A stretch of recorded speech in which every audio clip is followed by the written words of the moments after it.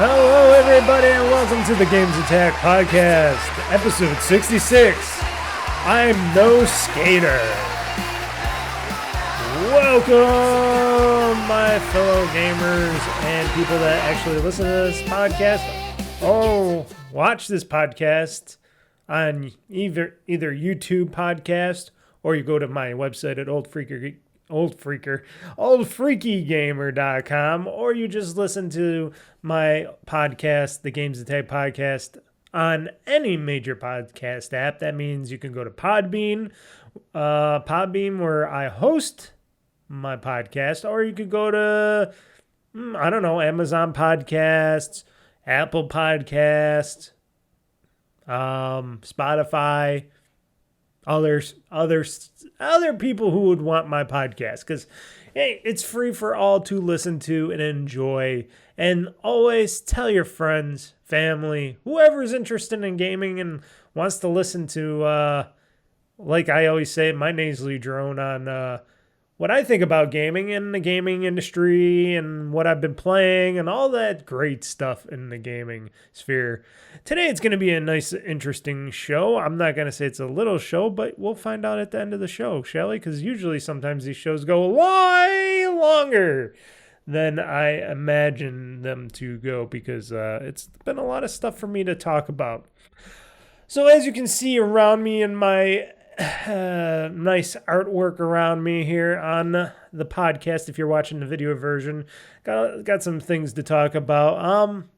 Let's just kick it off to pretty much the games I have played in the past week, which we will get also into the final game. Well, the game that I'm going to be mostly talking about, Tony Hawk's Pro Skater 3+4. But we'll get into that next. So hold on one second, folks. Trying to find it. Here we go. The games that have been played in the past week. So, in the past week, did I say weeks before? Oh, man. Like I said, usually I'd been doing this like every 2 weeks, but now that I'm on every week, it's hard for me to get onto the weekly podcast sayings like, hey, I played this week or that week. Not 2 weeks ago or it's only been 1 week since I played games. And I haven't played much. I'll tell you the truth, folks. I haven't been playing much. I've been getting some other stuff done, been doing other stuff, and it's just been kind of busy.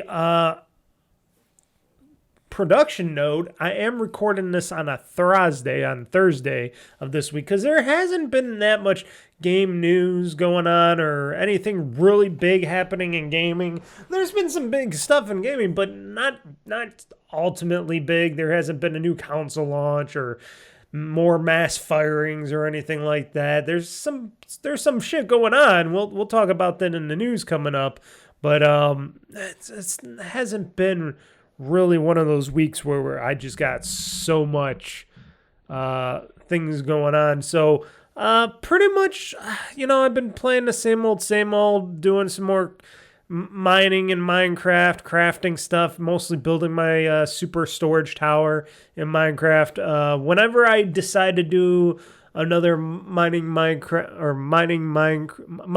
mining mayhem, man, I should learn how to say my tongue twister titles there. But when I do my next Minecraft mining mayhem video, I will definitely be showing off the super tower that I'm doing and more stuff in the game, and try to do more stuff in the game that Minecraft people all alike might enjoy, because man, I'm still enjoying Minecraft even after all these years. And I've been playing it mostly on my ROG Ally, but and that's only because playing it via PC, and I went through this many times, and I know it's a hassle, but it's the only way I can think of right now until I can think of something else, or I try to get something else as a server online or whatnot, or retry the server on my device in my upstairs and see if I can get it to run, whatever. But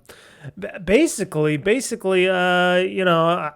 it's more difficult semi more difficult to switch from my ROG Ally to my PC with Minecraft because the whole thing is that, Minecraft save, gotta export it, put it to here, plug it in, save, stuff like that. I could send it through a packet file. I could send it via my router to my computer, doing it through my online storage, but I don't know. I've been going and I've been trying to look up other ways, like the whole Microsoft cloud storage thing, where it's supposed to be, saving my game saves, but for some reason Minecraft isn't saving my game saves. I do not know why it's not saving my game saves in the cloud. I looked everywhere. I checked. All the boxes are all checked, and like I said, if I play any other game on my Microsoft or my Xbox library, they all have their game saves. Like, I'll go from my console to my PC to my raw gallery with all my other games, and especially like Tony Hawk, and those game saves are there. They're all updated. They're there. Minecraft, I don't know why it's not like uploading and saving and going. I don't know. I don't have no clue, and it's been a big kerfuffle to me that I can't figure it out. I don't know what they did over at Mojang behind the scenes. It could just be fully me, but this has been something that's been, building up, and it's bothering me a lot. And I feel like I just want to call them up and go, yo, guys at Mojang, what the fuck? I used to be able to have my own cloud server and stuff and do all my own stuff at home, and now it's like nothing works anymore. Why is it not working? Why does it keep telling me I need these certificates when I use other programs and stuff on that machine, and they show up on other machines and stuff? They can other programs show up on my other machines and stuff, and it's just Minecraft for some reason, and I don't understand, and it's a big head scratcher for me on why I can't get Minecraft to do that. Because if I have my own private server again with Minecraft, then I just have it all run on there. And yes, I know, people, I could just fork over $5 a month. I think it's a month.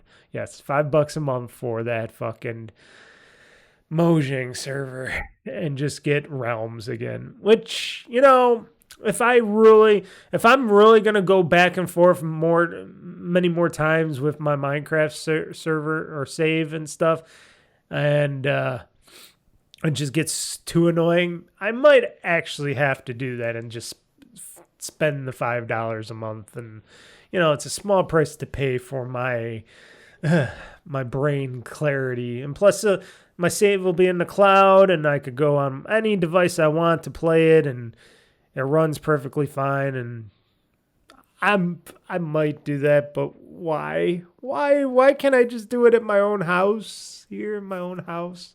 I don't know. Tell me why. Why, people? Why doesn't it not work? But still playing that. Still having fun, of course. I'm a big kid. I love playing with digital Legos. That's Minecraft for me. Digital Legos in Survival Edition.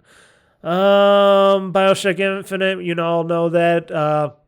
Tomorrow, as I'm recording this, tomorrow is my next stream of Bioshock Infinite.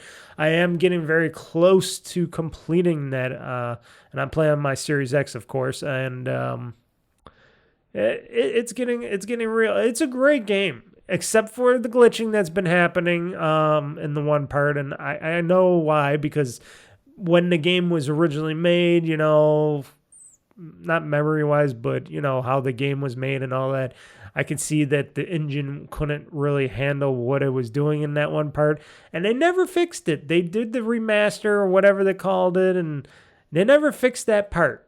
And it glitches like and stutters in that one part, and I don't know why. But hopefully the rest of the game goes smoothly, and I've been moving through it, and and you guys been watching it, and either live or after the fact, and it's been quite a good run. It's a great run. It's a great game to play, and I love those Bioshock games. They're great games, and being able to beat and finish eventually Bioshock Infinite, again and having it actually recorded and captured and recorded and into history on OldFreakyGamer.com or OldFreakyGamer on YouTube, as well as living in infamy, or until unless they lose the data or something. That's a lot of videos they got to store. A lot of storage for videos and stuff. I wonder how long they will be wanting to store all that video footage, or will YouTube ever get rid of videos in the future? Because how people store billions of hours of video on their storage systems every hour, every minute, every second of the day. Storing that many like terabytes, petabytes, what is it, omnibyte? I forget, whatever. Beyond that, that's a lot. A lot of data, a lot of cost, a lot of storage. And I wonder, how long will it take, or will it be? Will there come a time when Google/YouTube says eventually, hey, we've been storing a lot of these videos over the centuries and stuff, years and centuries and stuff. Eventually, we want to get rid of some of the older videos. Maybe they'll go from a date to a date, and then they'll just wipe away all those videos eventually. Would that be feasible? Well, do you think that will ever happen? Do you think Google would do that eventually so they can just free up of like petabytes of space for more videos and stuff, and then be like, hey, we decided every 10 to 20 or 20 years or so. I don't know. How long has it been since YouTube's been around?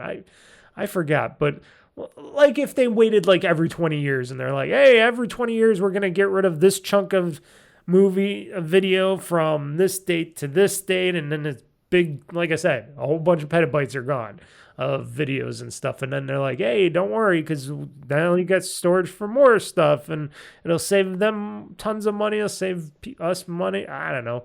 It's weird. It's something I never really imagined, because it's like, oh, we're doing this offline. It's like an offline storage for our media. Like this podcast is going up on YouTube. It is going to be there. But for how long? For how long till, Google gets bored of videos and people's upload videos? Will they change YouTube in a way? Could they change YouTube? Could they change YouTube from just all of us Joe Schmoes streaming and posting videos on it to, oh, we're going to just go to just professional videos or independents, or like I said, the ultimate thing, if they charge people to put video on YouTube eventually or something and store it and stuff. I don't know. Would they ever do that?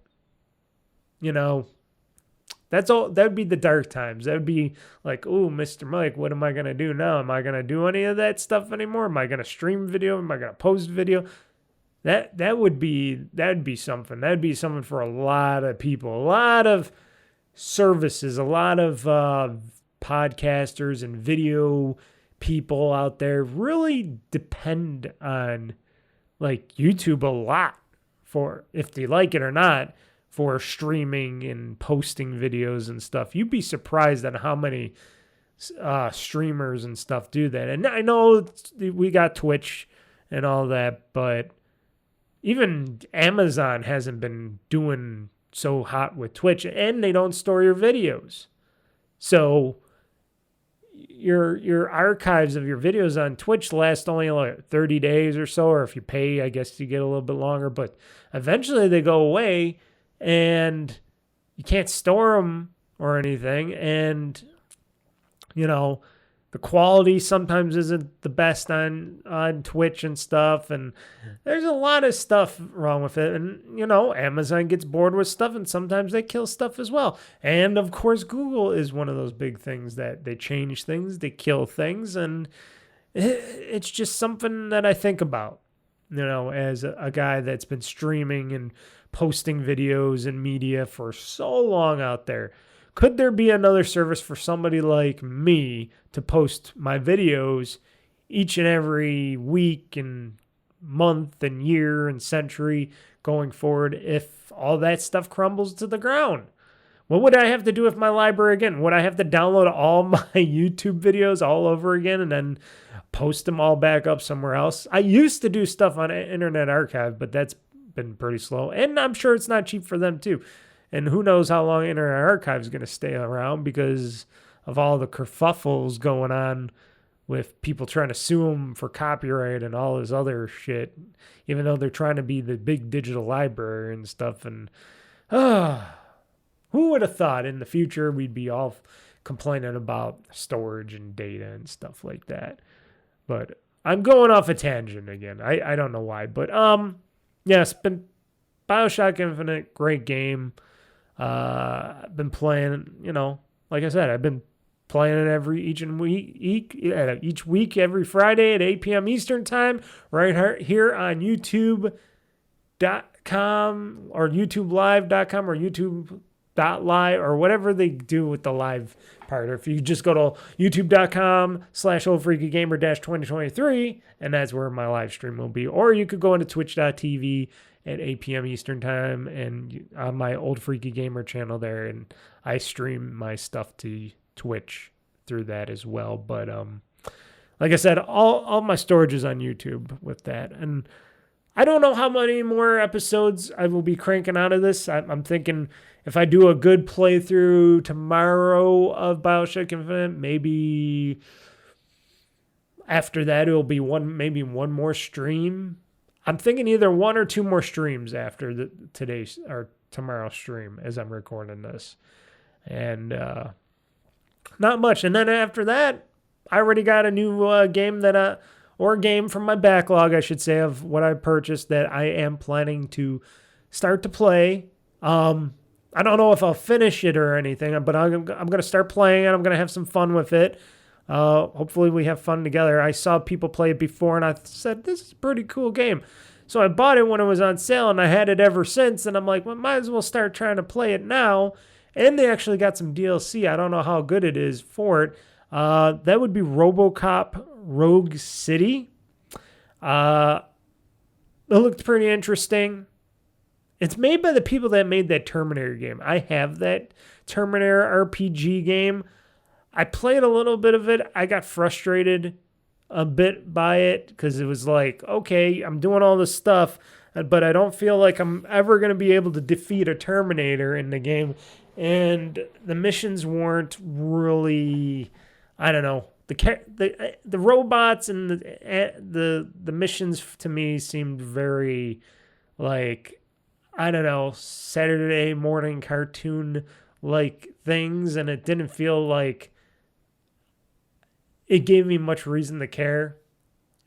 It's hard to explain. It just wasn't the game for me. I think, like I said, I think I still have it. I just don't know if I'd ever go back to that Terminator game. But with the RoboCop Rogue City, everything they did for that game, it just seemed like they did the right stuff to it. Like they actually put some major work into that game, and it seemed very funny. I'm not the biggest RoboCop fan. Imagine that, folks. A guy that wants to play the RoboCop game isn't really a big RoboCop fan, but I was very interested in this RoboCop game. I seen the movies. I seen them all. Or I think I seen the new movie. Maybe not. I seen the originals, definitely. I think the first RoboCop definitely is okay. I like it. It even has the dad from That 70s Show in it. He plays a bad guy, the main bad guy. He's pretty funny in it. But that would probably be the only one I care about. The other ones are like, yeah, okay, whatever. But the game, it looks really fun. And playing as RoboCop, doing some stuff in it and fucking around, that seems fun to me. So that will be my future stream after Bioshock Infinite is over with. Then we'll have some, after my Big Daddy Bioshock series is over with Bioshock Infinite, I should say. Because I should mention the Big Daddy Bioshock series. That's all the Bioshock games that I played in the past that are up on YouTube right now, plus now Bioshock Infinite, which want to finish up and have archived on the YouTube website page of OldFreakyGamer. Yeah, but after that, it's going to be, RoboCop, Rogue City. I got to think of an interesting name for that stream, but it's going to be something interesting. And then I got to create a nice little starter for that as well. Because me, folks, I like to create starters for my videos, my streams and stuff. So there's going to be something interesting with that. And no, I'm not going to dress up as a big Robo mic or anything like that. Sorry. This is as much Robo as you see. Or if you see my fake likeness next to me right here, that's me, Terminator, Skateboard Terminator, Mr. Mike right there. That's me if I was actually could skateboard and I was a half non-human Terminator. Don't I look pretty good in that? Look, it's even got the same muscle shirt as me, except I don't have that dragon logo on mine. But yes, he looks similar to me. Maybe a little bit more tannish. I haven't been able to tan too much this year because this summer because it's been really humid. I like the heat. I like it when it's hot, but when that humidity has been hitting, I have not been able to be outside with that humidity. But but pretty much I look like the Terminator, like him. Ba-dun dun dun dun. Dun dun dun dun. Dun dun dun dun. And that is my created character for Tony Hawk's Pro Skater 3 and 4. If you were wondering that's a Mr. Mike right there. I like to create me's sometimes in other games, but I will not be a robot for RoboCop Rogue City, but I'll think of something. For that. So talking about, I also played, let's just get it over with, Brotato on PC. Been doing some runs with that. Just a little fun, doing some runs, using some icicles and killing things and stuff. The stabby weapons in Brotato, they seem a lot more powerful than the guns most of the time, and taking out enemies and stuff. And then I like to build up my HP and all that stuff and get my Brotato, whatever Brotato-like creature that I'm playing as gets through those waves of enemies and stuff. So if you haven't played Brotato yet, you should play Brotato. But that's all I got for you because, like I said, I just briefly put on Brotato for a few sessions, and maybe I'll play some today if I end the podcast in a good time. If not, I'm probably just going to go to bed after this podcast. We'll see. We'll see what time it is. It's already late. I've already started this podcast late, but I figured that the podcast wasn't going to go on that long today because of the lack of news and other stuff going on out there. But yes, play Brotato. Been playing on the PC. It is another fun game for people to play when you play as these little fake potatoes and you're fighting waves of enemies, and you upgrade your character with weapons and armor and crits and all that stuff. It's really fun. It's probably really cheap. You can get on Xbox Game Pass still, and if you got a Game Pass membership or a Game Pass Ultimate membership, which I would suggest, or you could buy it in the store for your Xbox or PC, or you could go on Steam and stuff and buy it as well. And that is Brotato, folks. Now to finish up talking about the main game that I wanted to talk about, that we were all going to be wondering about, Tony Hawk's Pro Skater 3+4. The remake, remaster, whatever you want to call it, redone. Both of them redone from basically the ground up with new music, which Tony Hawk himself had picked out for this game. He re-picked out a lot of the music for Tony Hawk's Pro Skater 3+4 because he wanted some new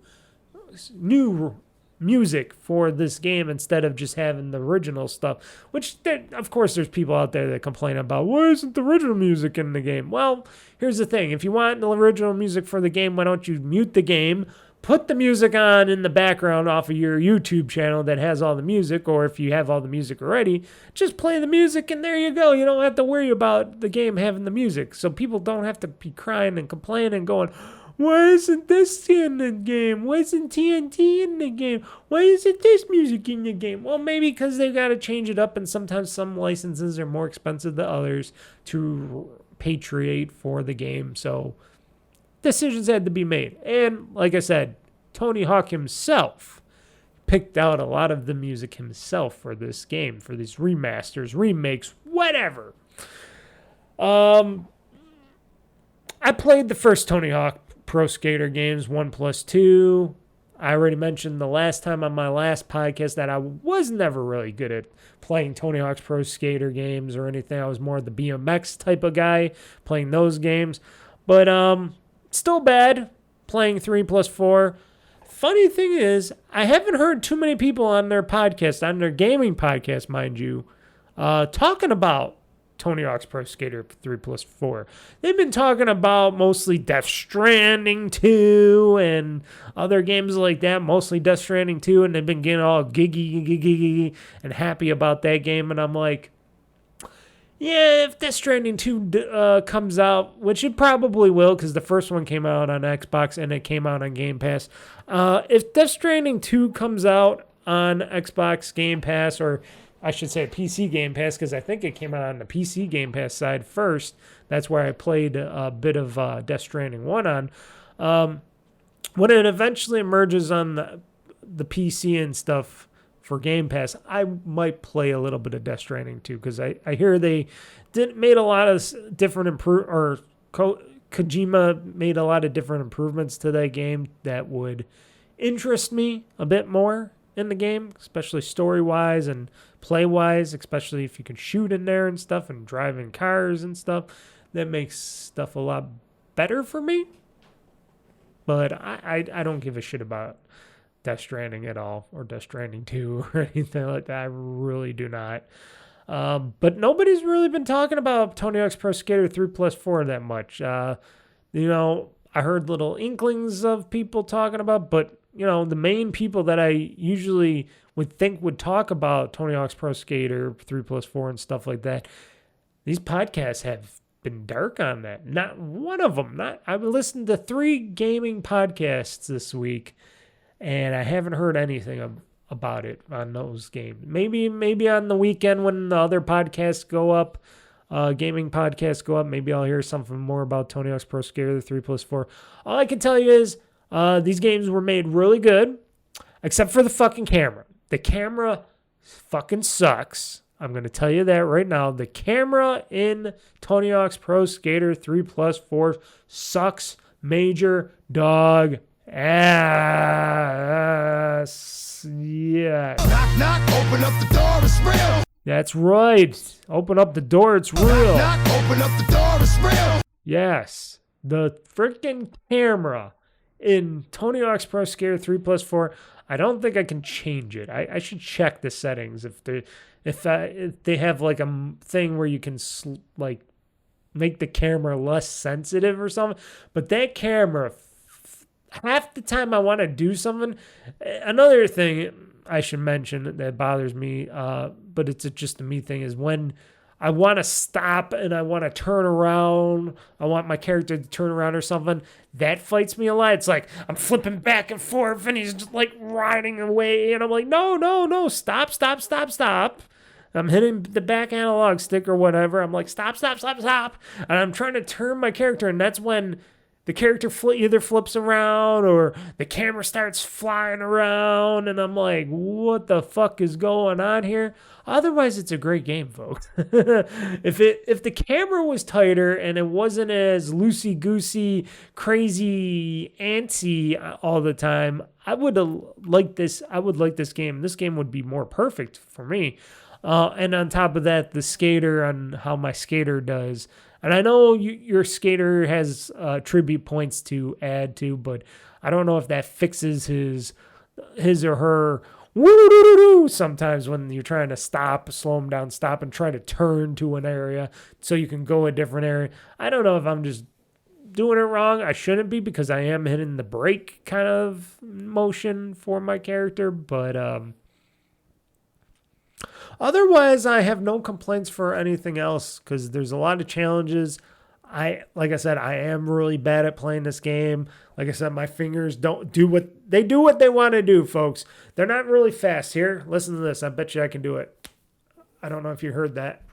I bet you you can't hear none of that, but I cracked all my fingers. My fingers are really fucked up, from years and years of gaming, doing construction, working, other stuff, and of course, working out. I fucked up my hands and fingers quite well. Quite well, I gotta mention, people. Very well on fucking up my fingers. So my fingers, like I said, they're crazy. They don't go as fast half the time. Like you could see they look like they're fast, but they're not. It's a little bit tighter to bend them. And, I do my finger stretches and stuff like that. But, old Mr. Mike, old freaky gamer myself, like I said, I'm growing into my persona here. I'm not as quick and as, movable as I used to be. And, playing a game like Tony Hawk's Pro Skater 3+4, where you got to be sometimes really quick and precise to do tricks and flips and this and that and half pikes and shit like that. Sometimes that doesn't, or most of the time I just crumble and fall. And I know you got to try to keep your board straight when you're going back down and stuff, but sometimes my fingers don't want to do what my brain wants them to do, if you understand what I'm saying, folks. You understand? I am old trying to play a game made for the teens, the preteens, the kids that have the quick reflexes that I, the old man, does not have anymore. And I know there are in-game cheats, as they like to call them, in-game like helping attributes or accessibility cheats. I have been really keeping myself away from putting on any of those cheats, not just because some of the cheats might block achievements, but I think those are just if I want to do the pro cheats or something, or the pro stuff for achievements. I don't think all of those what should I say there, cheats are achievement blocking, but I can honestly say to you that I'm really trying hard not to try to use any of the cheats and stuff in the cheat part of the game. That is like one of my mini goals. Now, will it succeed? Probably not. Eventually, I probably will use the help assistant features of those minor cheats and stuff, but as of right now, I am trying to be legit with the game and just play it how people would play it, how kids would play it and stuff. And the skateboarding is fun. It is a fun game. It is very responsive. It is very fun. It feels like I'm actually skateboarding. You can just feel it in your fingers and your hands and stuff, and you're just watching these people go around and around, or I should say my character going around and around, trying to do tricks and stuff. I've been putting a lot of my attribute points and stuff like grinding and all that other stuff and jumping. Like my character can jump pretty high now, and that helps out everything a great deal. But I don't know. I think the graphics are amazing. The music is pretty fun. And like I said, the tricks, trying to do all the special tricks and stuff. And I like the quick response time. Like if I want to restart my level very quickly, I can do that. If I feel like I've been not doing so hot, I can restart very quickly. A lot of the areas in the games and in the, what should I say, the levels, they can get really tricky on how to figure out how to, skateboard and grind them or do a jump or something. They can get very, very tricky. And like I said, with my reflexes, my reflexes not as powerful. Being able to just do a lot of that stuff and the impressive tricks and stuff, and and earning skateboard money is pretty damn cool. It is a pretty fun game. Like I said, Iron Galaxy did a phenomenal job recreating Tony Hawk's Pro Skater 3+4, and it'll definitely go down for one of those. I'll go down as one of those great sports games. And EA's been trying to get out that skate game for how long now? They got their studio or whatever, one of their studios making that skate game, and who knows if that'll ever come out, and who's gonna really care about skate as much when you got Tony Hawk's Pro Skater 3+4, which is 2 games in one, and you got all that stuff to do in the game, and it's got multiplayer. I actually built like a little partial track or partial what was I saying there? I was trying to create like my little roller park. What would I call it? Skateboarding park. And it's got a good creator mode. Let's just say if you want to create your character, it's basic stuff and that. It's not too many. They don't give you that many options, but they give you enough options where it's like, okay, that's nice. And then, like I said,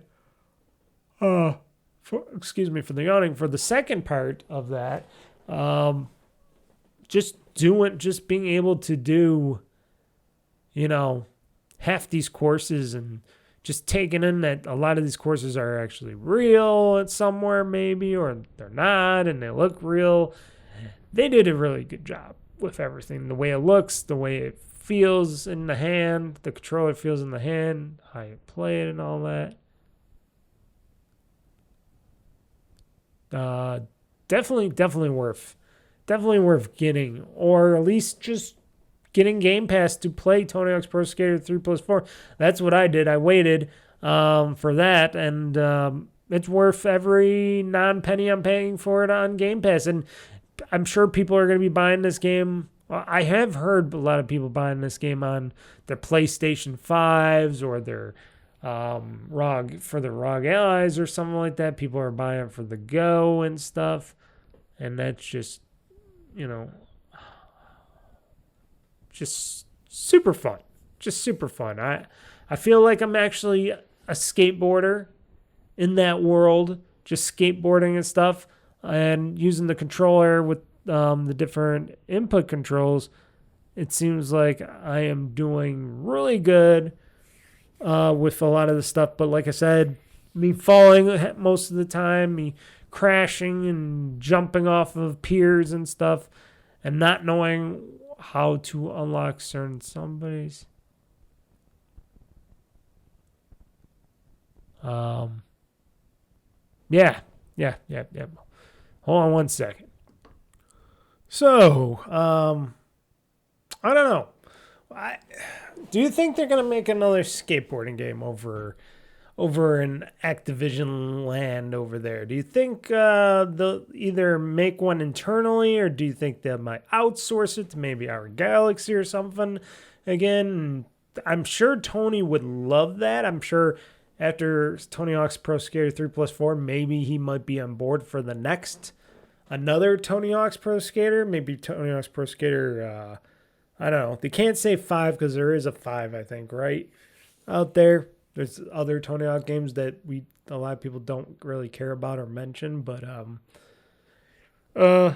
if he returns to do, help do another Tony Hawk game, which I'm sure would be very prudent for him to do nowadays that he's so old and stuff like that, and could use some extra greenbacks,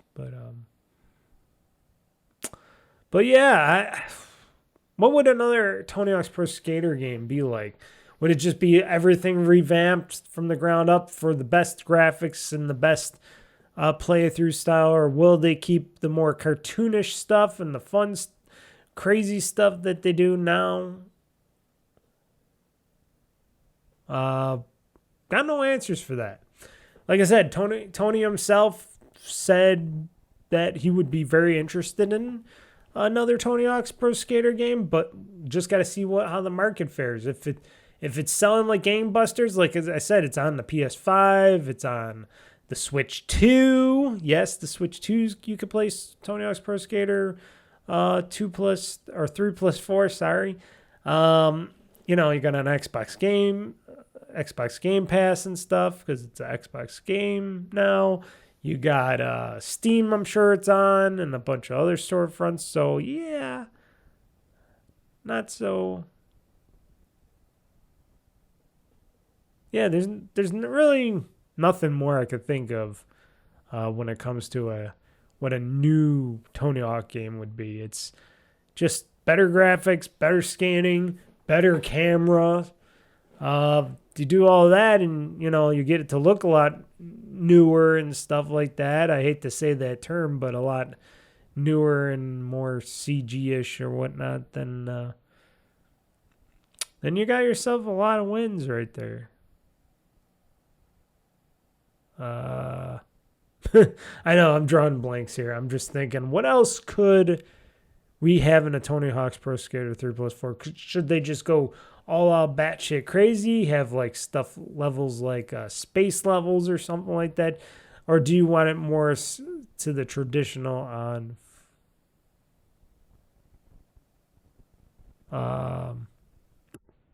what else? I don't know.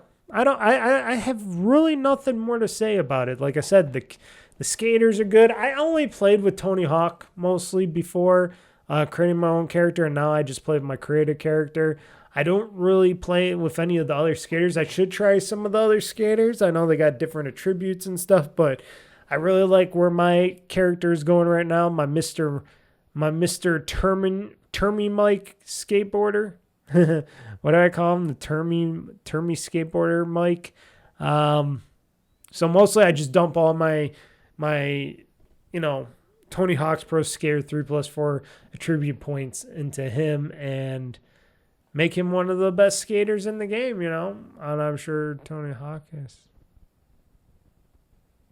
Yeah. Okay, I hope I don't have to edit too much out of this because of my pauses of trying to think and stuff, because that's really been a bad thing for me. Just pausing and thinking like, what else to do? What else can we do? Tony Hawk's Pro Skater, blah, blah, blah. Let's make it really fast, really cool. I don't know. Like I said, the best things they could do for a new Tony Hawk game, besides making it look even better and more realistic or whatever, just fix that camera. Fix the camera and maybe fix the skateboard where it's always rolling. Maybe make it so it can roll up to a point and then it can stop and stuff.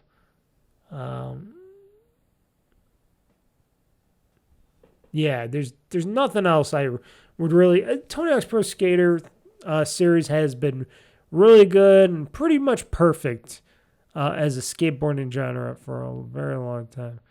Now, I wouldn't go off and tout that this is like the best game in the world or anything, or that this game is your only game that you want to ever play, but shit. I've been playing it a little bit each day, trying to unlock stuff each day, and falling and crashing and burning every day and each and every day. So I've been really invested into Tony Hawk's Pro Skater 3+4. And like I said, I could play it anywhere. I could play on my Xbox, which I have played a bunch of it on my Xbox.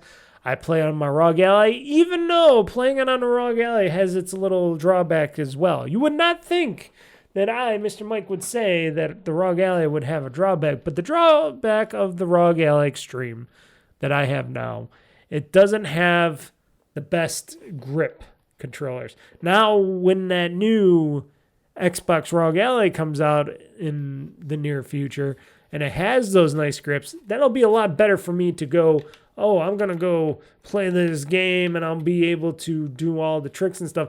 Another thing using a game tablet or a Windows-based game tablet is that the analog sticks and all the buttons are farther apart. So sometimes where they place them is a little bit harder to do stuff with. And sometimes using an Xbox controller in general, most of the time works better for me because it's more scrunched up and it fits my whole hands, contour like my hands perfectly well, and doing anything, any gaming, But that is just me on that notion there. And like I said, Tony Hawk, Iron Galaxy, Activision, that's one of the great things that came out of the Activision Blizzard takeover by Microsoft and stuff is shit. After they bought them and stuff, we got a new Tony Hawk upgrade game on top of 1+2. We got 3+4 now, and there's no signs of stopping any of that stuff, and having a good old time with that game and bringing that back, and maybe we'll see more. I bet you now that they're hopefully going to bring more different franchises back to the table and really solidify more gaming dollars to stuff like to that stuff, because the resources over at anything Microsoft Xbox related right now are kind of more strained because of the bad regime. I have to say now, the bad regime doing some stupid moves, taking away money out of people's pockets that can make divisions better within Microsoft. But because they all want to do all AI and bullshit like that, and they want to appease their stockholders by keeping, the stock market higher and whatever. So firing people actually makes sense because it saves more money to the bottom line, and they actually make the bottom line better than they can hope for. That's as much as I think on that. But we'll see. We'll see what comes out of the house that does Diablo and Tony Hawk's Pro Skater and what else. Cool stuff. I would like to get to see a lot of the extras in this game. I just unlocked or paid to unlock Michelangelo, I think it was. That's in the game.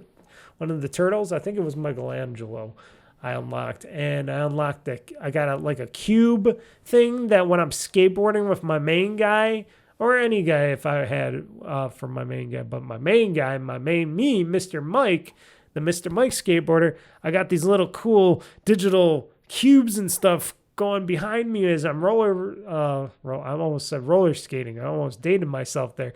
Skateboarding with. And it's been pretty fun on that. Why not? Why not? I would definitely love to have something like that, if you understand my meaning, folks. It's pretty fun on that stuff, and I'll continue to play it a little bit each day, each week, month. Tony Hawk's Pro Skater 3+4 will definitely be my games going forward to play, and just to kill time or whatever. And like I said, I could still play the game on my ROG Ally.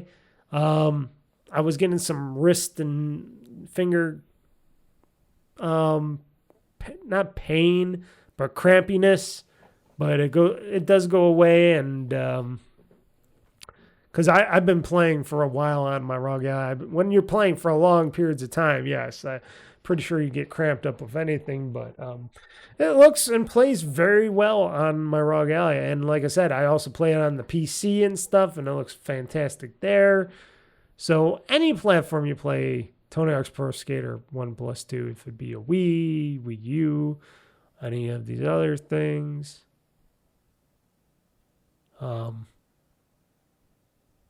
Yeah. Let's move on because I'm feeling weird. Like I said, it's getting late, really late, and when I get really tired, my whole talkiness goes weird, as you can tell.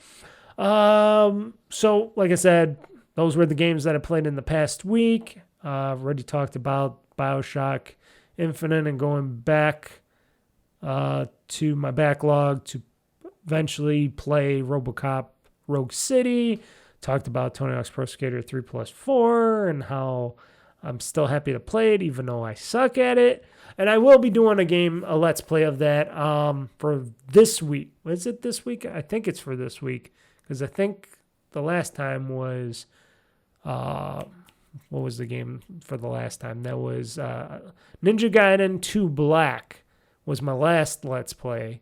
That's up on the website now at OldFreakyGamer.com and YouTube.com / OldFreakyGamer-2023. But also, like I said, Bioshock, RoboCop Rogue City will be after Bioshock Infinite and stuff like that. And there's other games in my backlog that I want to tackle and have fun with. I always mention I want to play the rest of Ninja Gaiden 2 Black. Maybe I'll do more of that this weekend. I always said I want to go back to the Indiana Jones. I also want to go back into playing, and I don't know if I'll ever beat it, but playing Star Wars Outlaws. That was fun. But let's talk about what I will not be playing right away, but I might, because I just looked at something and there was like a bit of a sale on Xbox right now, but I gotta wait to see if I get a gift card or not. I would have to ask to see if I get a gift card sometime soon from my friend that still owes me all these gift cards, and I'll be like, "Ooh, there's something on sale. You better get me that one of those gift cards already, or some money or something, because he promised me all these gift cards for all this help I've been giving him and shit. So he owes me gift cards. But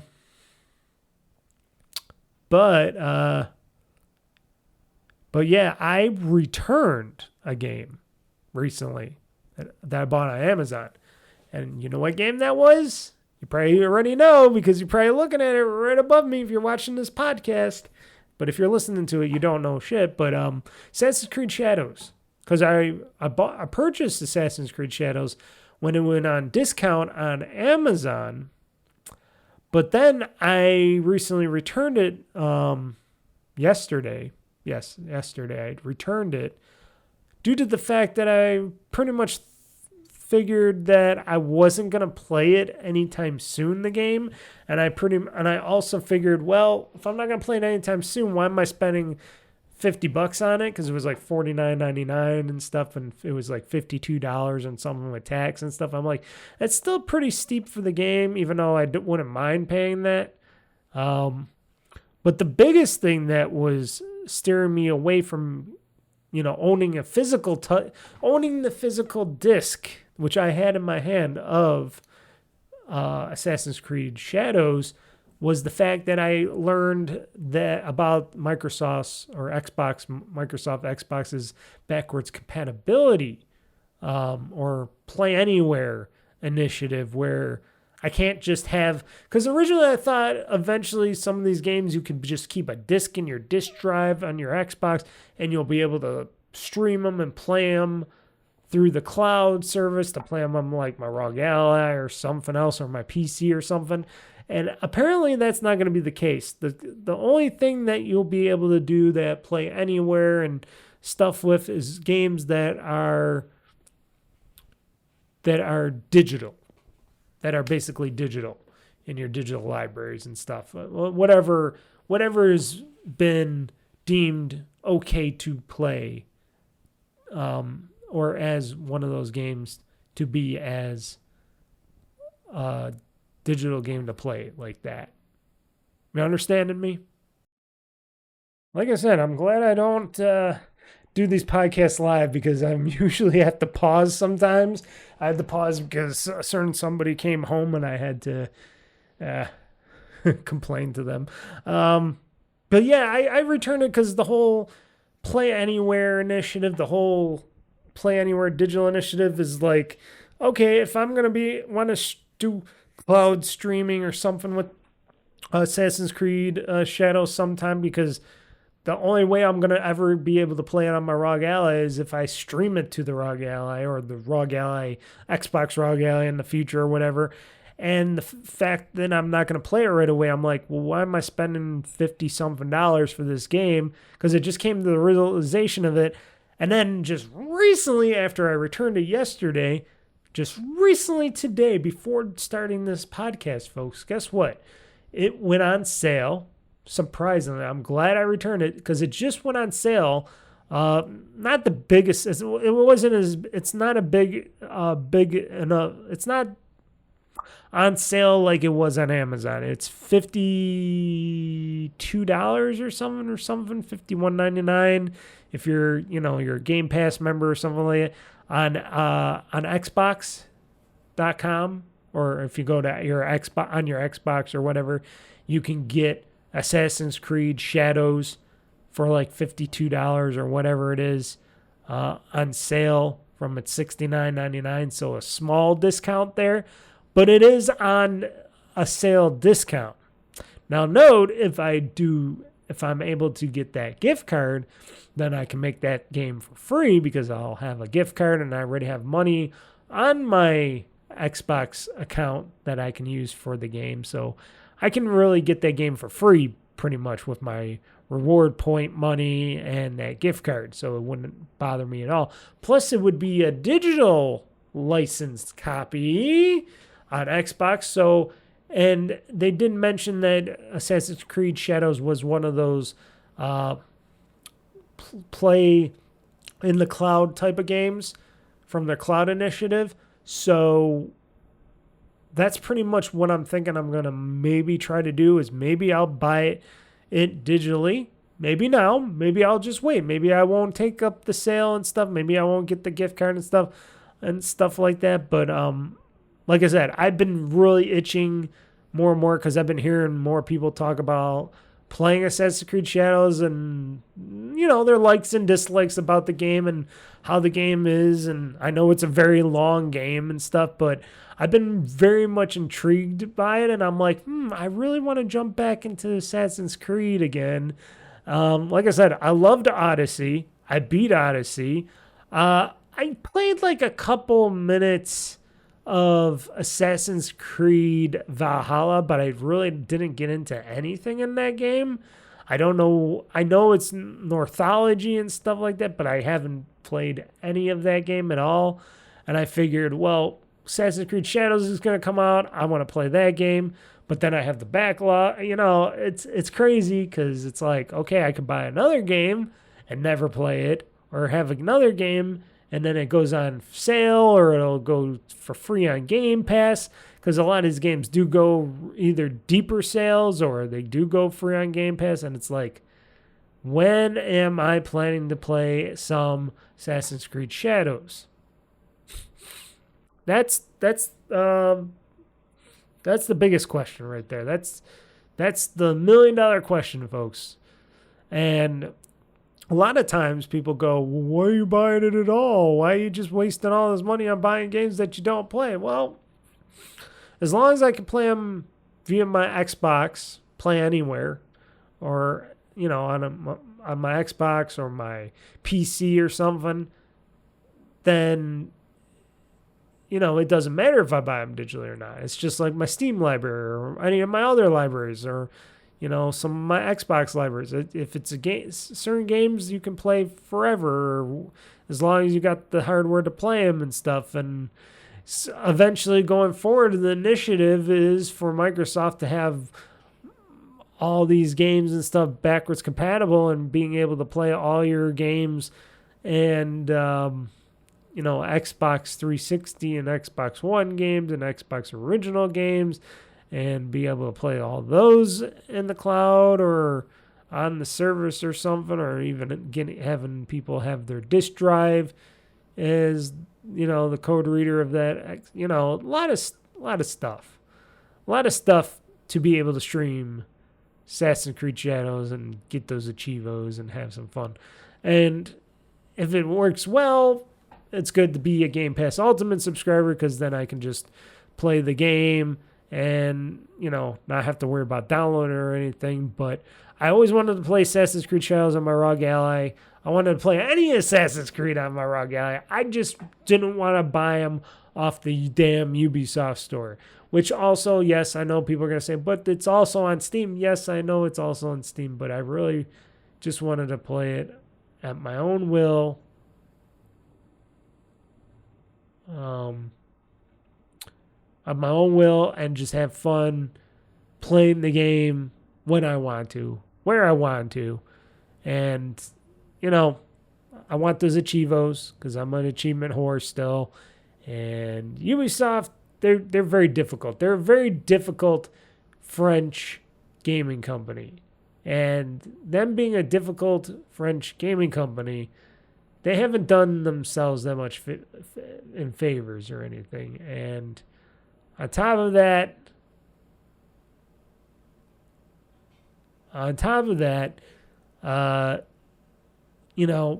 with more games coming out, me hoping that the Xbox brand still sticks around, and them trying to get all these games to work on PC-like machines going forward, that's all up in there. That's all a question that we're still asking, and Microsoft, aka Xbox, all your execs are still not talking about, still not answering questions or anything realistic on that.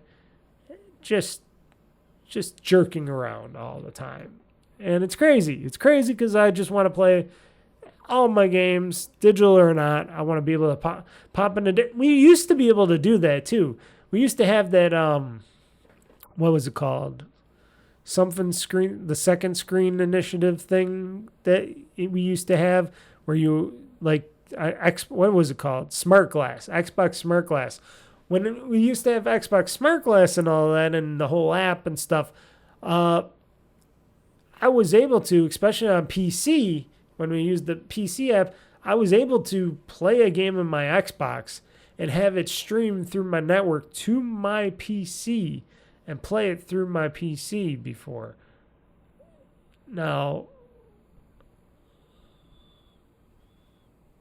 not only that's just crazy. That's just something that, should happen on most of these titles. I shouldn't have to worry about, well, I got this on Steam, I got this on this, I got that on that.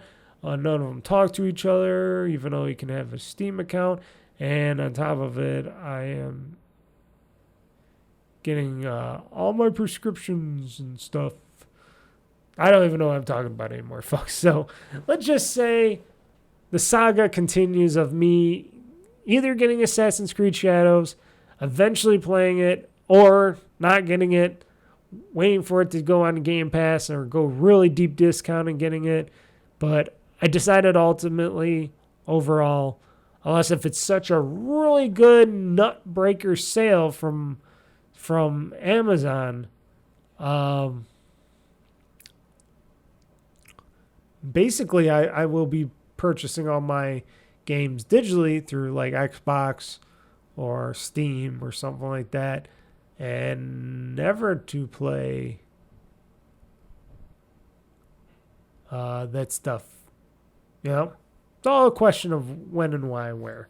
But I returned it, took it to a Whole Foods that I got in the area, had this lovely lady behind there scan it, put it away, got my money back, and I'm like, okay, very easy. Good thing I didn't open it, because usually I like to open all my new media, like my games and movies and stuff, like right away, so I could see what's inside, smell the toxic plastic that they're in and stuff. But for some reason, I decided all against that. So that's been that stuff. It's craziness for me on that, all that. Let's see here. Anything else? Anything else at all, Mr. Mike, on talking about anything? No, not really. Like I said, we'll wait and see. Maybe next week I'll be saying, hey, guys, I just purchased Assassin's Creed Shadows on Xbox.com. I got the deep deal, and I didn't even have to pay for it. You'll never know. Maybe I'll say that, maybe not. So why don't we get into some games news, and then we're going to call it a show because I am getting very tired and it's getting very late. And I told you guys it might be a smaller show, but we'll see. We're already past an hour, but got a little bit of news here, and then we'll call it a show. Locked and loaded, ready for the fight. Game talk news, gonna set the stage alight. Mr. Mike's got the scoop, he ain't holding back. Dropping bombs on the gaming industry track. Hear the thunder, feel the roar. Game talk news, gonna settle the score. From E3 to PAX, they got it all. The highs and lows, ready to brawl.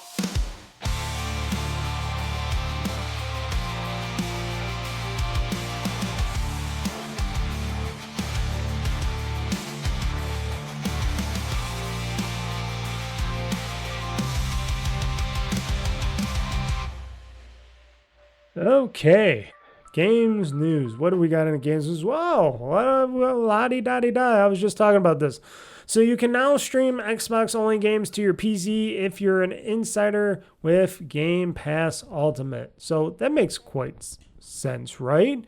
So basically, this is basically you being able to stream. Like, it's weird how they put this in the article. They say, oh, you can stream your Xbox-only games. That just means your digital games in your PC, right? And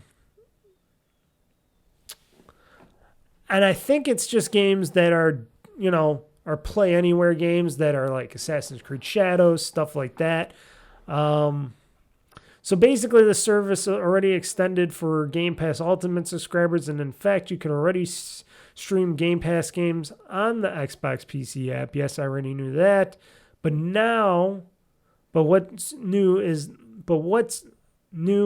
that now you should be one of those Xbox insiders. Well, right now you got to be an insider as well, an Xbox insider as well, but an Xbox insider in the PC gaming preview, who are also Game Pass Ultimate members.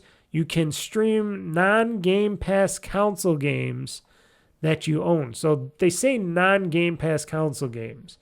So meaning these are the games that you might have purchased, but you didn't download to your Xbox or anything, or even if you did, but there'll be something in their hub, in the Xbox or the PC Game Pass hub, that you can go to, and you'll be able to click on stream my game, stream this, stream your Game Pass games, or stream these selected backwards or play anywhere games that we can let you play in the cloud with. And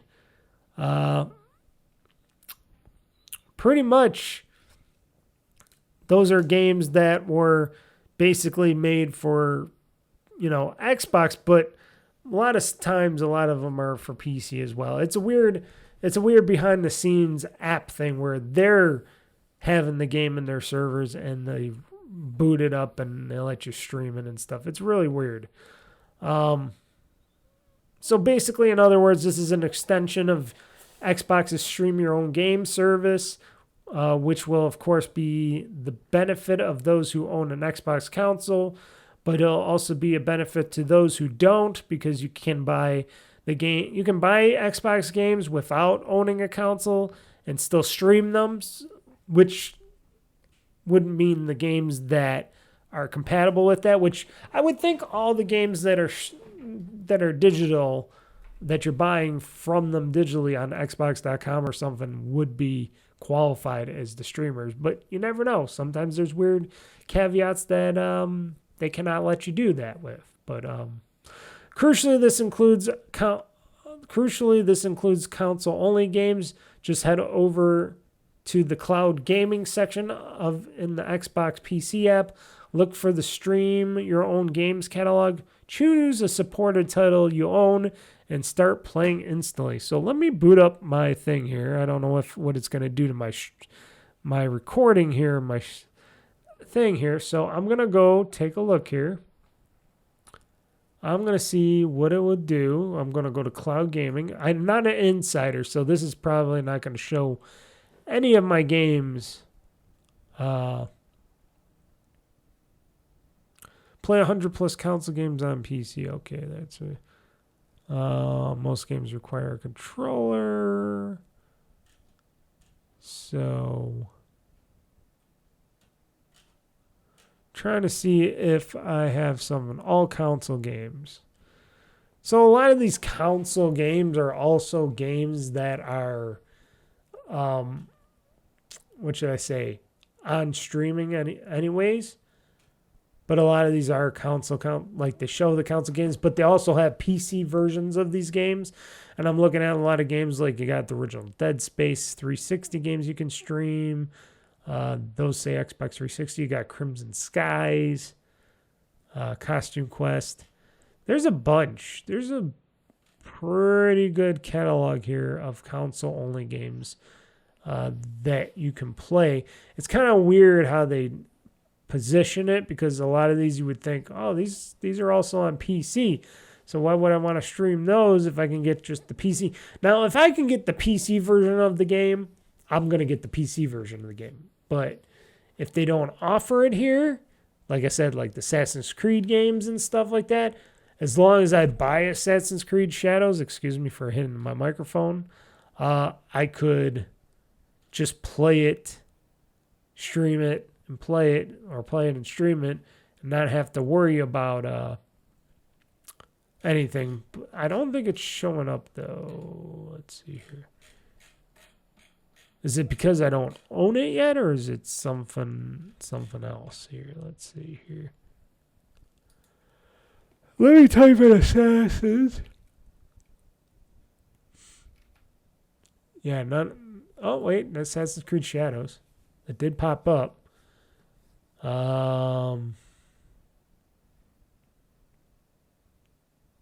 Playable on PC. Why does it say... Wait a second here. Do they have... Wait a second. Folks, I got an update here. I don't know if this is true or not. Playable on PC. Is this just... Wait, this is the console game, right? Details. Read more.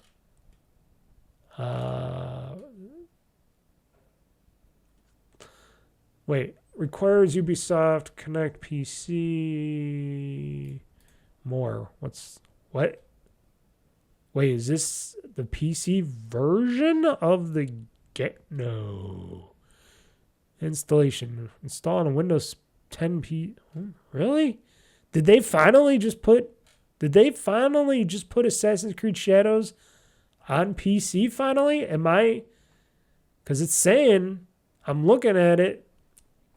Folks, I think Assassin's Creed Shadows came to Windows PC. I'll have to double check this. This doesn't seem correct. Let me go to the main store, because am I on the store here or not? Because if they put this on, because this came Assassin's Creed Shadows. It says game. It says buy it now. It's not showing any other things on it. It just says Assassin's Creed Shadows. It just says all that. It says playable on PC. I might have to purchase this now. I might have to find out what's going on with this game. Let's see here. It says buy Assassin's Creed Shadows. I do got a good chunk of my account here. Huh. I think I'm going to do this, folks. I know I don't got my whole gift card, but I got a good percentage off, and it's on sale for, what, 52 something? Yeah, 52.49. I'm going to do that. I'm going to purchase this now. Let's see what goes on here. This is breaking news, folks, right here on my podcast. Is Assassin's Creed Shadows finally on PC or Xbox for PC? Or else I'm seeing something weird. I'm going to get it no matter what for Xbox Game Pass, but okay, it says it's mine. Can I install this on my PC? Will this let me... Okay, Ubisoft with Game Pass. Before you can play Ubisoft games, you'll need to do one-time setup of Ubisoft Connect PC. Oh, do I? Wait a second here. Is this Oh, is this for you through Ubisoft or something? What's going on here? Oh, I don't like that. Does that mean I can't get can I get achievements off of this? It's not saying anything. Did I make a oopsie? Hold on. I might have to pause this podcast for a second. I think it, because it was showing up on, see, this is one of those things that might be bad for Xbox going forward, because it says, because you can purchase this through the Xbox store, but if you can't get the achievements, why would I want to, not that I don't want to still play the game, I just want to get the damn achievements too. So hold on one second, folks. Let's see if this is good or not. I'll be right back. Okay, folks, I'm back. Just wanted to triple check. Yeah, I made a boo-boo. So I quickly went to the refund center to get a refund on it, because apparently, which it doesn't really do a good job of telling you, when you go into the Xbox store now, which, mind you, not every one of us is a lot of you probably wouldn't know this unless if you read the fine print, but that was a Ubisoft Connect game that they're selling. So Microsoft's already selling games for like other storefronts. Like if you want an EA game, I'm sure they can send you to the EA launcher or something, which they normally do, but for some games and stuff, especially for PC. But the Ubisoft one, like Assassin's Creed Shadows, that is you actually getting not the game through Xbox and Microsoft. Well, you are. They're purchasing it through there, but it's not an Xbox PC game, even though they offer it for sale in the Xbox PC store, which is weird because it says playable on PC, but you got to download the Ubisoft store to play it, meaning you're downloading it and playing it from the Ubisoft store. So Microsoft somehow is selling it on their storefront. They're getting a percentage of the sale. So this is how now I'm understanding what they're doing here when they're going to go forward with these like future Xboxes and stuff, with where they're going to open up the storefront for other people and to sell their games and and all that. So they're going to still probably get a cut of those other storefronts games if you're playing on PC or Xbox or whatnot.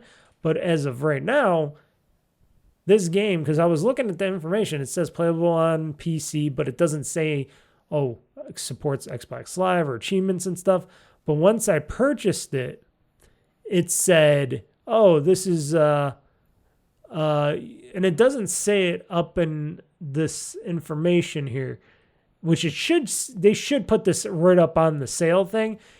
After you purchase it, it says, this is a Ubisoft Plus game. You got to download Ubisoft Plus and stuff to play it. And I'm thinking, was that just for to connect to it? So I tried it out, and yes, sure enough, it's just you're buying the Ubisoft Plus version of the game, but Microsoft's getting a cut because it's in their storefront and it's going through their storefront to purchase it, which is on sale. So I'm asking for a refund for it, and I will get the Xbox version of it, because that version, even though it's on Xbox, I don't mind, but at least not only will I get the achievements, but I can stream it to my PC or whatnot like that. Because I'm looking at this right now. It's showing me all the information right here.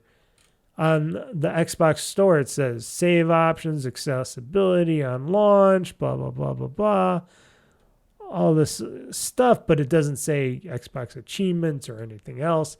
It just says, you can play it on your Windows PC and blah, blah, blah, blah, which I would love to do if Ubisoft would sell it in the store directly. But See, install on a Windows 10 PC plus have access when you're connected to your Microsoft account. It says stuff like that, but it doesn't show any achievements and stuff, which that got me like wondering like, oh, is this not going to give me any achievements? It gives you Ubisoft achievements, but who gives a shit about Ubisoft achievements? I give a shit about Xbox achievements because I'm crazy like that, but I'm just looking at this now and I'm like, oh yeah, this is not the version you want, folks. So if you go and purchase some games and you see games like this on your Xbox PC store, stay away from these type of games unless if they show you achievements and stuff. Because it's definitely not. See, because it says here in the super fine print requires Ubisoft Connect PC. I thought that's like, oh, I need that to verify and use their account to, have the save options because, you could switch between things. It doesn't say, oh, this is not an Xbox achievement game. And that's kind of annoying. That's a little annoying, folks. And, I never really, because there's games out there that don't provide any achievements. There's a lot of games. If you go search hard for some of those littler games, a lot of them don't give you any achievements. And those are just because that's what the publishers just don't put achievements in them. There's very few of those games out there. I have a couple of those games. They're still fun. They just don't have no achievements. But for something like this, if they're selling this and they're having it on sale, they got the whole listing here on the Xbox PC store here, which I didn't see before because this wasn't on this store before. This is just brand new, and they're offering to sell it to you, but you're just not going to get any achievements for it. That's I don't like that. I don't like how they did that. That is a no-no, Microsoft. That's a bait and switch kind of thing in my mind right there, because I'm thinking I'm buying one version of it and you're completely giving me another version because I'm like, okay, I understand you need Ubisoft, Plus or something for their system, their whole system. But if I can't, play this on there, okay, they processed my refund. Good. Because I'm going to rebuy this anyways. I'm just... I'll buy this tomorrow or something again, but I'm gonna buy the Xbox version because I might as well because it's probably gonna be a lot, like I said, I probably will play this on the console anyways, so I'll download it to the console, but I'll also have it so I can stream it and try the streaming part of it on my ROG Ally or something, but. Yeah, that was kind of a thing. I had to test it out. Like I said, I never did that before. And, you can stream. Like I said, the Xbox version you can stream. I just wonder how good the streaming is going to be playing that type of a game through the Xbox Stream Store. But like I said, I will download it to my console and play it. It's just a shame that a lot of these companies aren't selling it. Here's the thing. It is selling it through the Xbox store too on the PC, but it's not selling it as an Xbox PC game. So it's not giving you the achievements and all that other great stuff you would want from it. So it's weird. It's a weird bait and switch. It's something I'm glad I tested out now, and I'm glad I'm talking about this on the podcast now with you guys. Talking about this stuff because you guys got to know this because eventually we all got to know this because eventually going forward, when we get games going forward, these are all going to be, all these storefronts are going to be on your Xbox, your new Xbox PC, Xbox portable, whatever, your handheld. This is what's going to be happening. And we're going to see more and more of this. And you're going to be like, well, if you're like me and you want those Xbox achievements going forward, unless if they do away with the whole achievement system, which I highly doubt they're going to do. But they, if you want those Xbox achievements, you got to make sure that game supports Xbox achievements. And they got to make that readily available because, like I said, it should say, oh, this does not support Xbox achievements or anything. It doesn't say any information on it. So I figure if it doesn't say anything, that means it doesn't support it. And I looked it up online, and it doesn't even give you a clear split answer. It just says, oh, it does offer achievements. I'm like, well, you're talking about the Xbox version or the Ubisoft version? You know, it's crazy. It's crazy. But I'm glad I tested it out. Got my refund already. And I'll just go ahead and purchase the Xbox version and then just stream it to my PC through the PC app and stuff. And why not? But for going ahead with these console-only games, depending on what the games are, but they are supporting more and more at a time. Hopefully, Microsoft does support like most of, and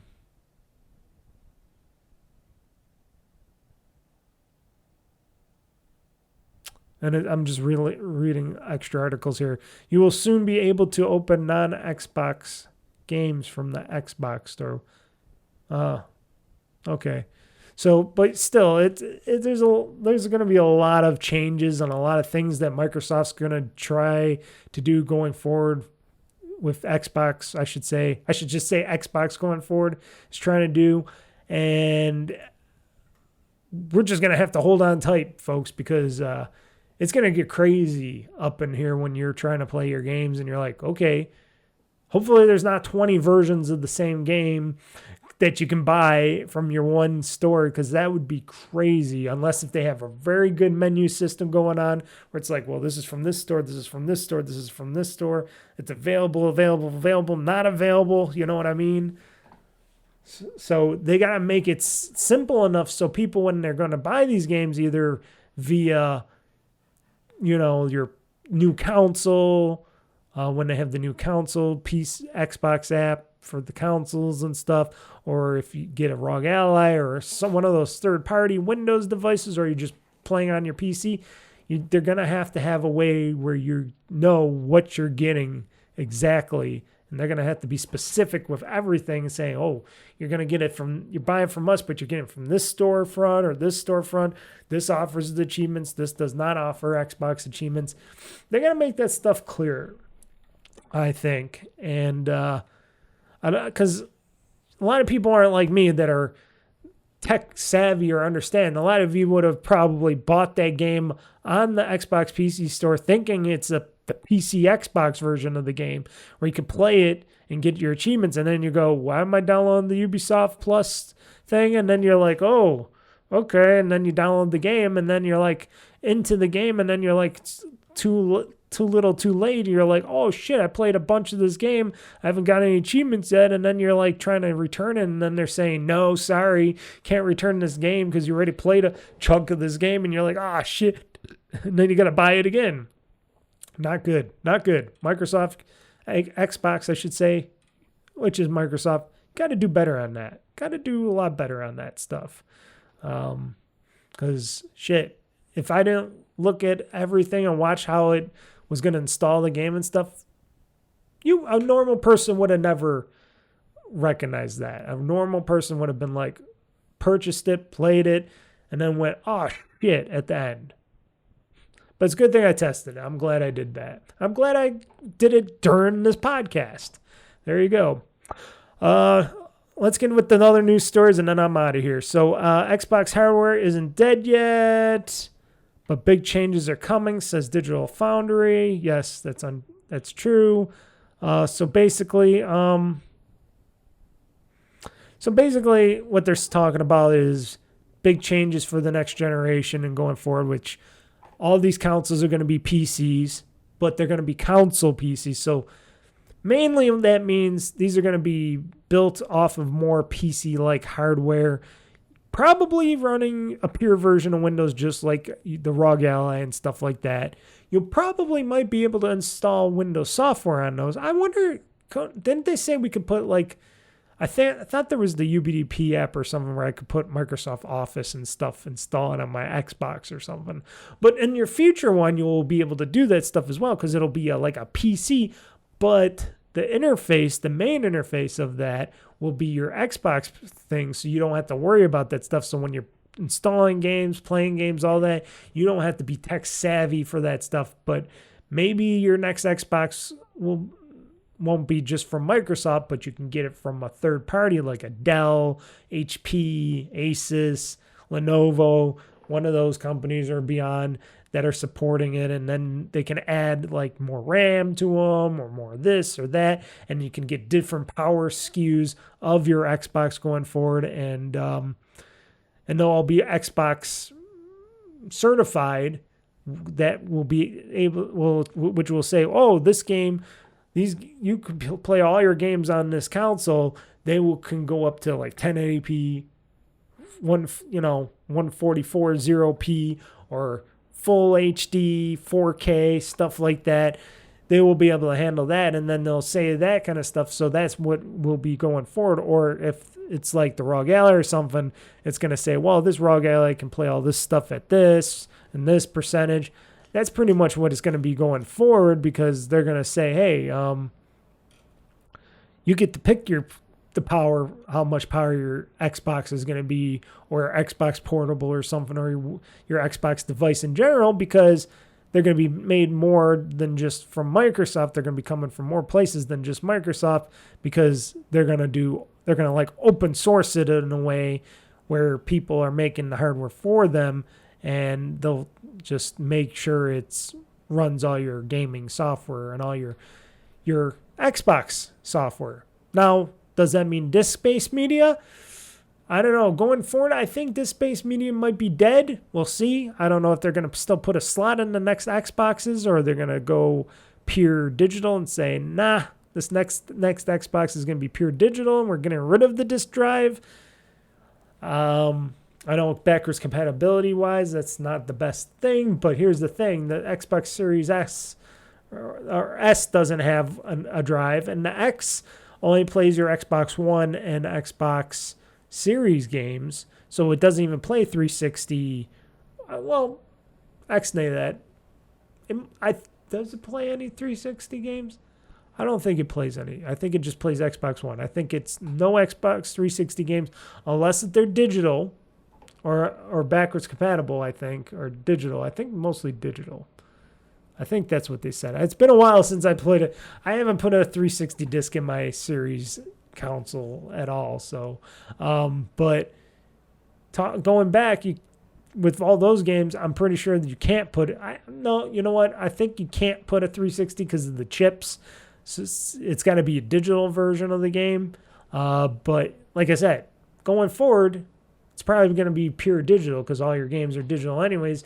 They're just going to be unlocked with a key. Maybe all your disc-based media, maybe that's going to be all registered with your Xbox account if it was in your drive on your console, and they might let you spend like a one-time fee to get all those games pure digital on your Xbox, whatever the next one is going forward, and you don't have to worry about all that disc-based media. You can just either keep it, or it's just going to collect dust or whatever, get rid of it, because you'll have all those digital licenses for all those games going forward.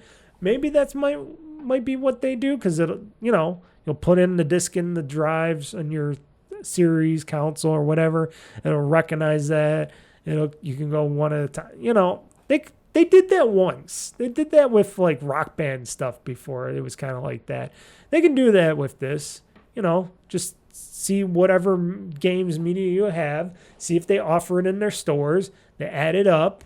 They add all the games up, and then they, give you the digital licenses for all of them for like a one-time small payment or something. You give them some money, and then you get all those games. Then you can have them all digital for forever, as long as they support digital stuff. Other game news: Amazon will let you trade in your old Switch for just enough cash to buy a Donkey Kong Bonanza. So basically, you can get up to $70 in Amazon gift cards for your Nintendo Switch originals, or most of your Nintendo Switches. I forgot. Let's see here. Let's see here. select Switch Lite or Switch as a model. There's a lot of things. I forgot what they have or not. Trade requirements.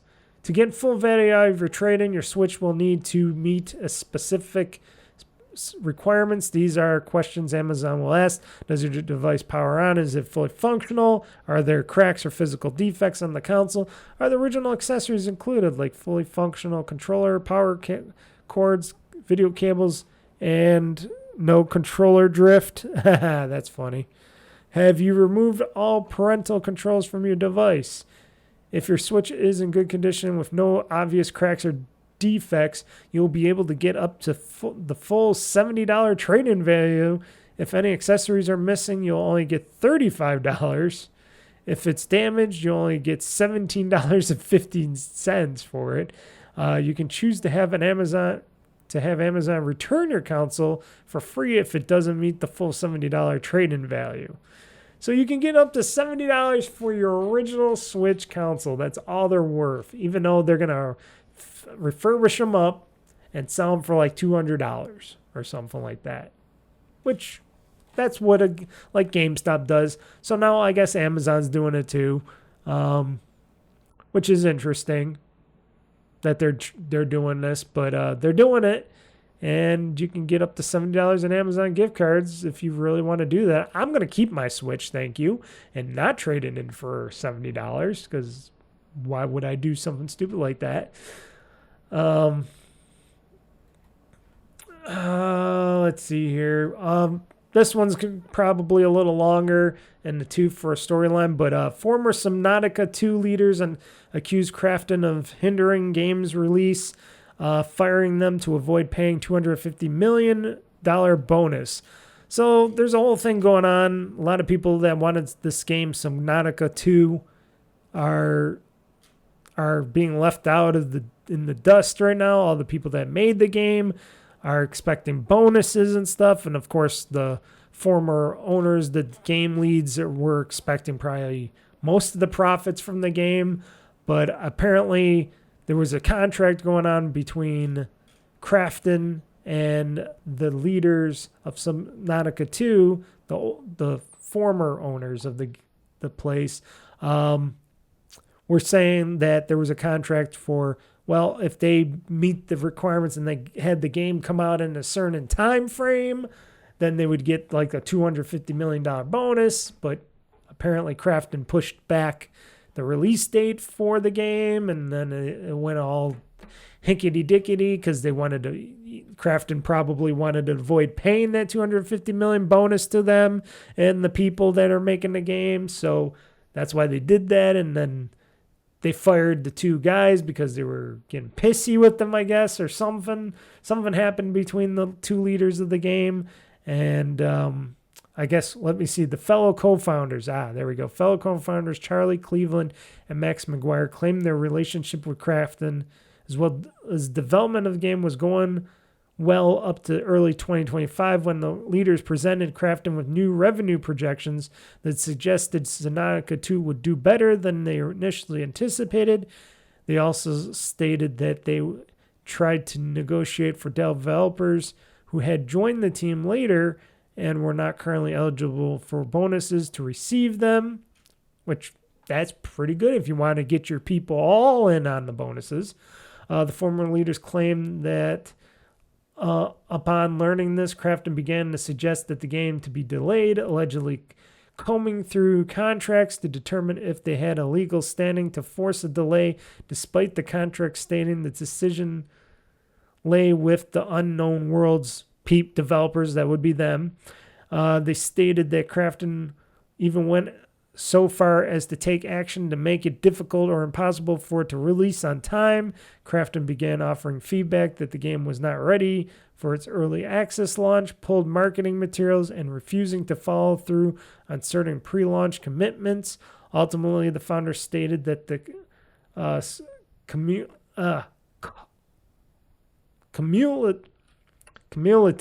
culminated, I can't say it, in Krafton letting the three of them go earlier this month and officially delaying Subnautica 2. I can't. How come I can't say that word? Sometimes you can't just say a certain word. It's crazy, folks.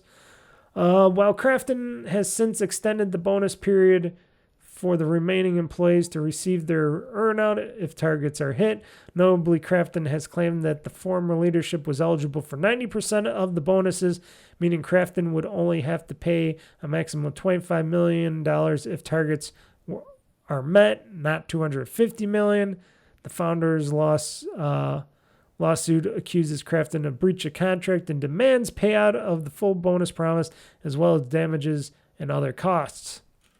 And that just means, well, the big guys, the people that owned Unknown World Studio before they sold it to Crafton, we're gonna get the main portion of the proceeds, the main $250 million, and then some of that money, the rest of that, between their 90% and the rest of the people, would get their substantial amounts of bonuses, which would be still substantial.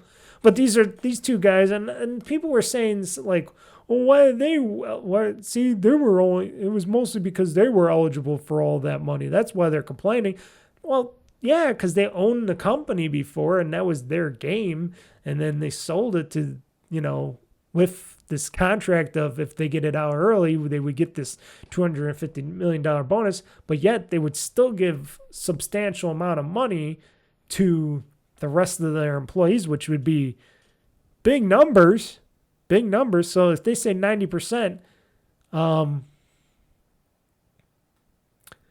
that would mean that the rest of the people would be getting some big numbers of money as well. I don't know how many it is, like 6 figures or something, or 7 figures, 6 or 7 figures. I forget what they're saying here. But still, a lot of money would be going out to all the guys, all the people working on this game.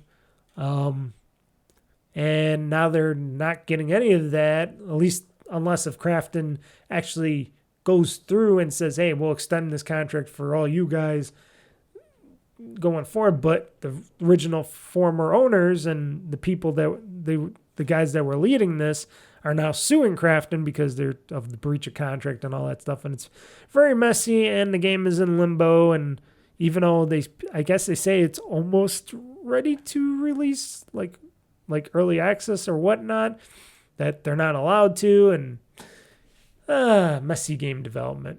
And a lot of people about a lot of money, folks. That's what it's all about. It's all about the money, people, the Benjamins.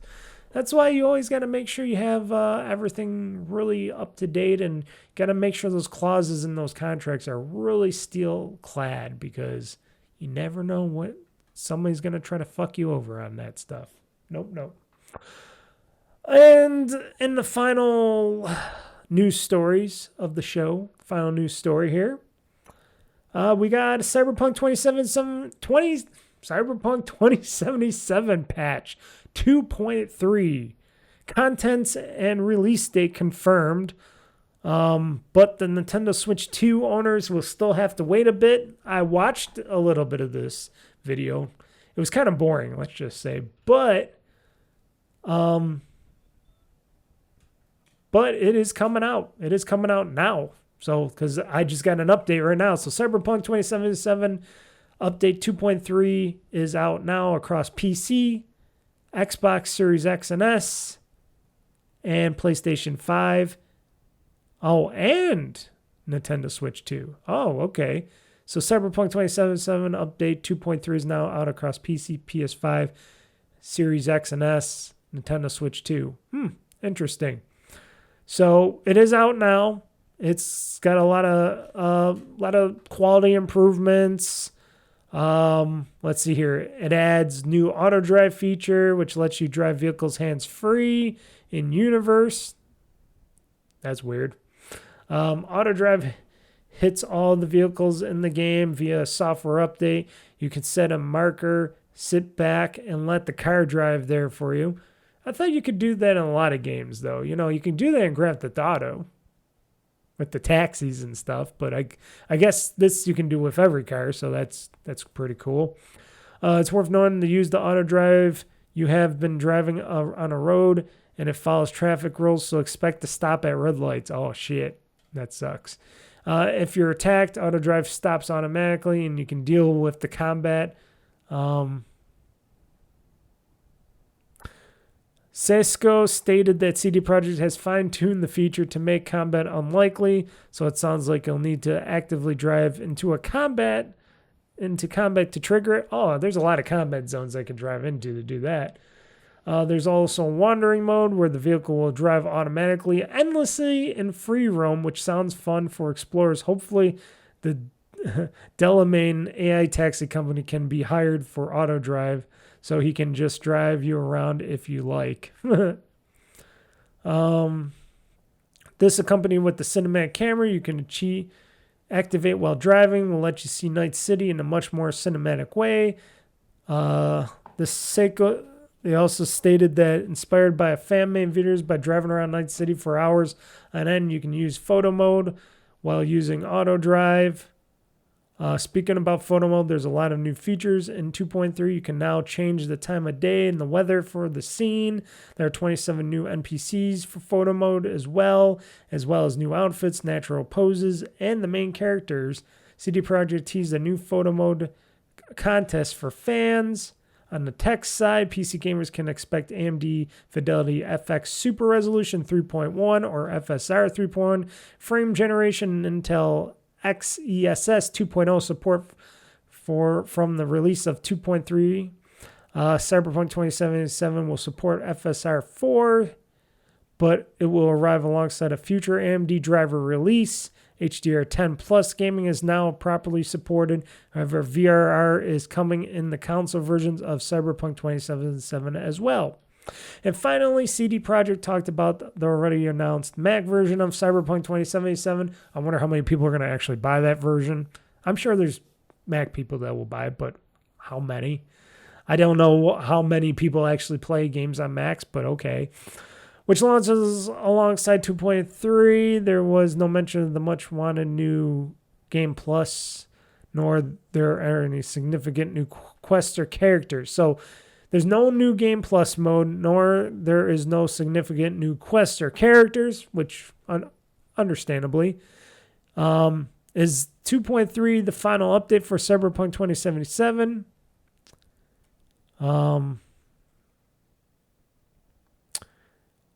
They didn't say either way on this, but, who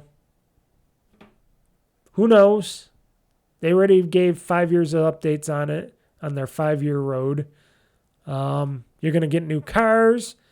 They added 4 new vehicles, including several side jobs tied to acquiring them. So you got some side jobs that you can do.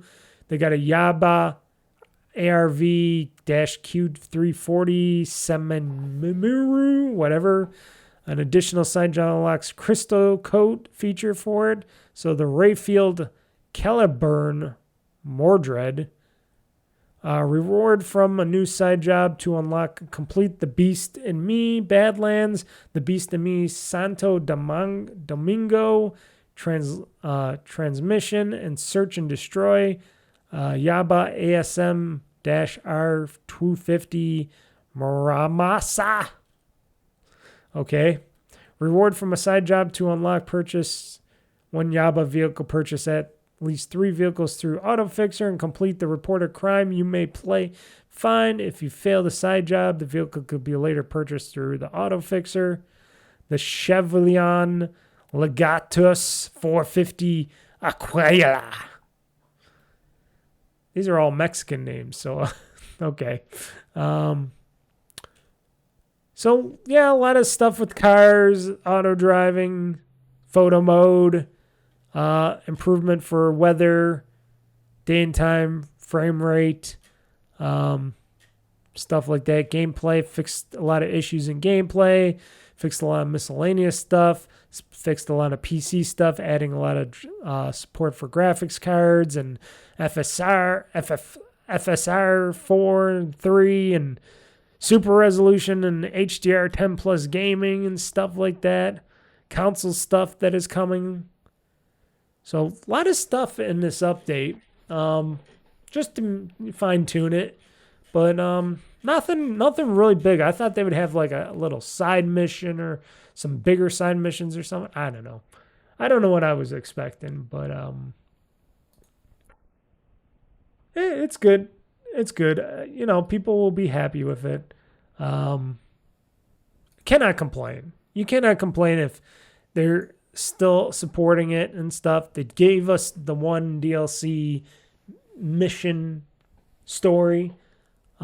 Maybe eventually they'll give us another one down the road. You know, sell us one before, you know, the next game comes out or whatever. You know, they might come out with another mission that you can play via Cyberpunk 2077 and you pay $30 more or something or whatever it is, and then you can get another whole story or something, mini story like they did with the Phantom Pain mission in Cyberpunk 2077.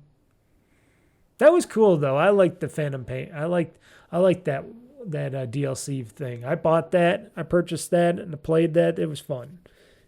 So if they did something like that and they added another mission, why not? I'm sure there's people still tinkering with stuff and they might make something. Who knows?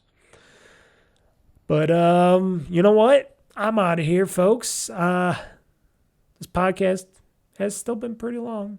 Yep. That's because I did that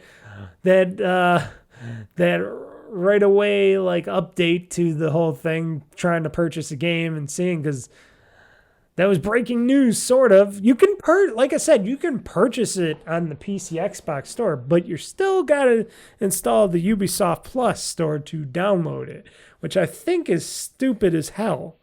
Because at least what Microsoft and Ubisoft could have did was like, okay, well, you're paying through the Microsoft store, so I'm thinking Microsoft's getting a chunk of this money anyways, because you can use your Microsoft points and you're purchasing through the store. So you would think they would also have you download it from their store and play it, but no. You got to download the Ubisoft Plus app and install it from there. Why am I not surprised that they make things complicated like that? But that's how it is. But you know what's not complicated? Me getting the hell out of here, folks. So everybody, thank you for joining me on this podcast. I hope it was interesting to you like it is to me.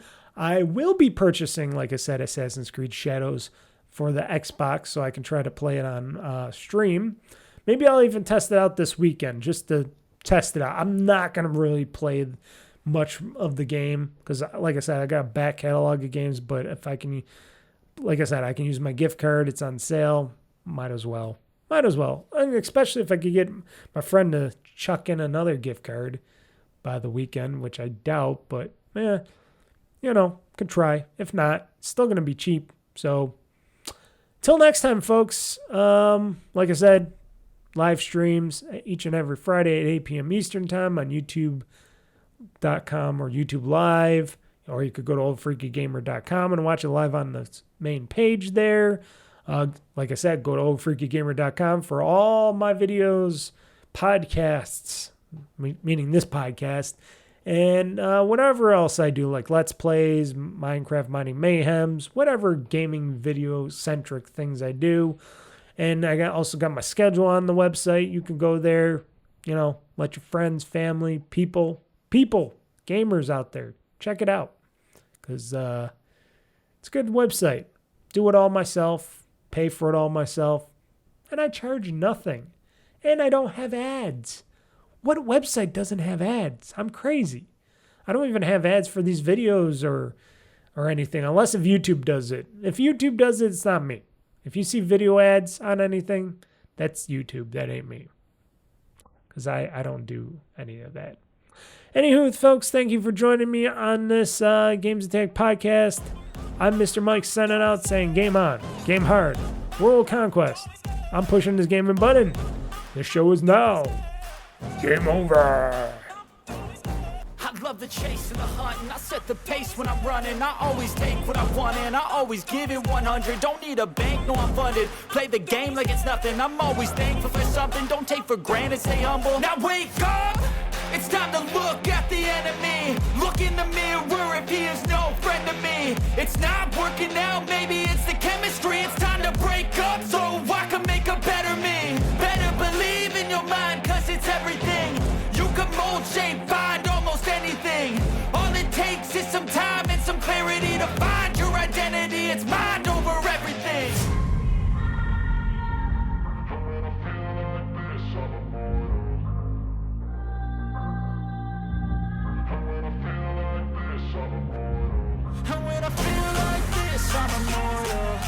I feel like this, I'm immortal. When I feel like this, I'm immortal. When I feel like this, I'm immortal.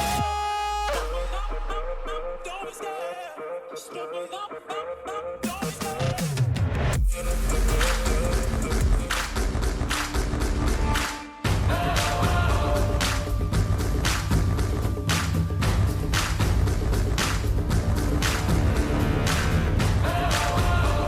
Game over.